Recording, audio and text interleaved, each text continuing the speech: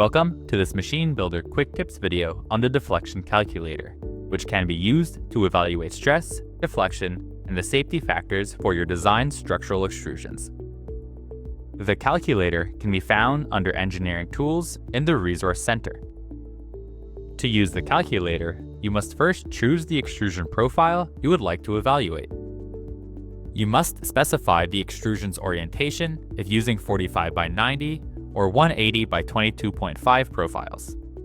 From here, select the loading scenario that best represents your application.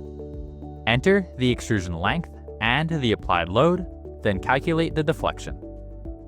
The results will indicate if you are operating within a safe limit for the deflection. It will also give you additional information, such as the maximum deflection, the maximum stress, the location of the max deflection, and the calculated safety factor.